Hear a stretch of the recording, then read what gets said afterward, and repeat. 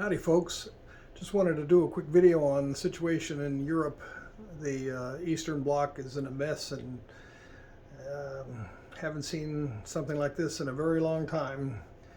19 years. I grew up in Germany, and granted we had the constant fear of nuclear war in the 60s and the 70s, but I don't know. It's something like this, it's just hard to believe it's happening in 2022.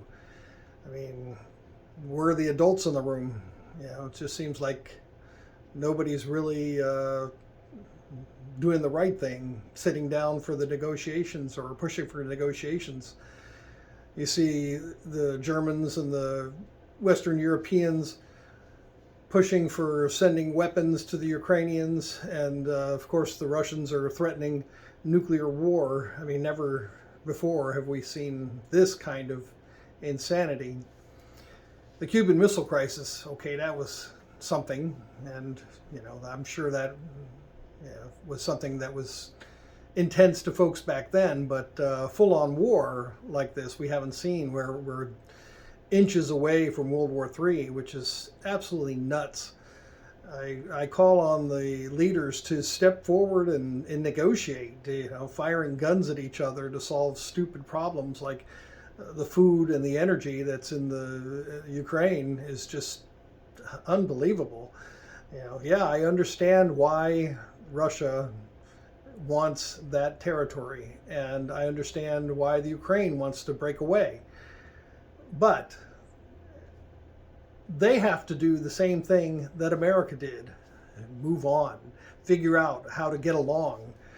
And I think that was one of the things growing up in Germany was the most impressive to me, was how America moved on, at least until Obama took over. Because when Obama ran for president, he brought racism back like it was brand new.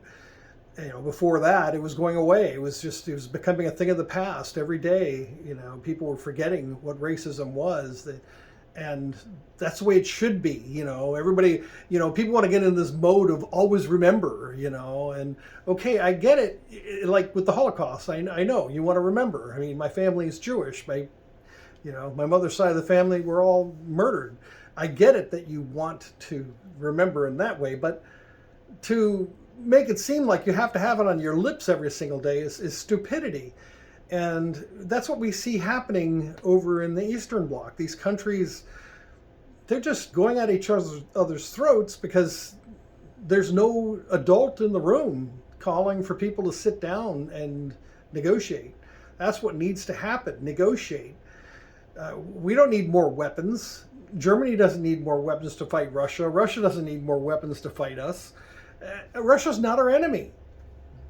It's crazy. This is where we are. China has distanced themselves from us, and they were taken over by the communists, and not a good thing. But look, back in World War II, we helped China. We saved China from being wiped out by the Japanese. That's a crazy thing, isn't it? Little tiny island of Japan conquered and murdered many in China. And it's 2022. It's time to move on and figure out how we get over these things and help each other in the world and not go at each other's throats. So I pray, and I pray that everybody prays along with me here. I pray that people will sit down, that they'll say it's time to negotiate. It's time to end this properly. It's time to sit down and end this. We're going to have food shortages. For those of you who haven't been paying attention, the Ukraine is the breadbasket. It was called the breadbasket of the Soviet Union. It's a huge percentage of the food that gets distributed in that area. And they also have a lot of oil and natural gas. And the pipelines go through there. So it's a valuable country. There's a lot that has to go on with the Ukraine, and there's a lot of this interaction that has to happen between the Ukraine and Russia and Germany. You got Belarus and Poland and all the other countries in that area, and things have to happen. People have to negotiate. You can't just always be friction, like on edge every day. Let's fight. It's just ridiculous. I mean, you got to figure out. This is 2022. I'm going to say it again.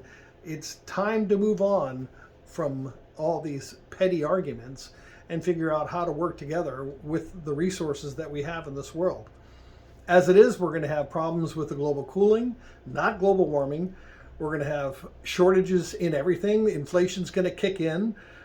Houses, interest rates, houses are going to become overpriced beyond imagination. They already are. Cars out of reach almost for many Americans. I've never seen anything like this. I'm amazed at how bad things can get. And really, we have one president to thank for this, and that's Joe Biden. And I pray that Donald Trump comes back in and he can fix things that Joe Biden broke, because it's time to move on and be a great country again. We can do it. So let's make sure we vote for conservatives, not rhinos. If they're not pro-life, put it this way, if they're not working actively to end abortion, then don't vote for them. Find somebody else. Primary them out. Find a pro-life representative who says they want to end abortion. That's what has to happen. I mean, abortion is the intentional murder of babies. We all know that. It's not a mystery. And right now they just declared abortion to be the #1 cause of death. Last year, 42.7 million babies were killed in the womb. That cause of death was more than any other. So that's unconscionable that we're doing that to our children and our future generations. So it's time to end abortion. It's time to encourage our representatives to do that. And it's time to rally for freedom. We can't just sit around and lose all of our freedom like we're doing right now. So I just wanted this to be a quick video. We'll have to do more of these, and we'll have to just encourage. I pray that I can do that. And you folks out there, there's a lot of good Christians out there who, I've been around America, I've been around the world talking to people and praying with people, and I know the power of prayer, and I know that Jesus is with us, and we just, if we have the faith and we pray, we can make a difference. And as I say with Pro-Life Unity, prolifeunity.com, and my main personal website is petershinn.com, SHINN. And what we say at Pro-Life Unity is united we stand, divided they die. If we're divided, the children are dying. And if we come together, we can stand together and we can end abortion. And of course, my own personal saying is be aware, not afraid. Being afraid is not going to do anything. We want to be aware. We want to learn what's going on about the virus, about the vaccine, and do the right things, not let these people scare us with their fear porn. And we need to make good decisions. So you're going to see lots of videos. We're going to pick this back up again, and we're going to help get the information out there that needs to get out, because I can't believe what people aren't seeing. So I look forward to the next video and providing you with some more of that. So again, be aware, not afraid.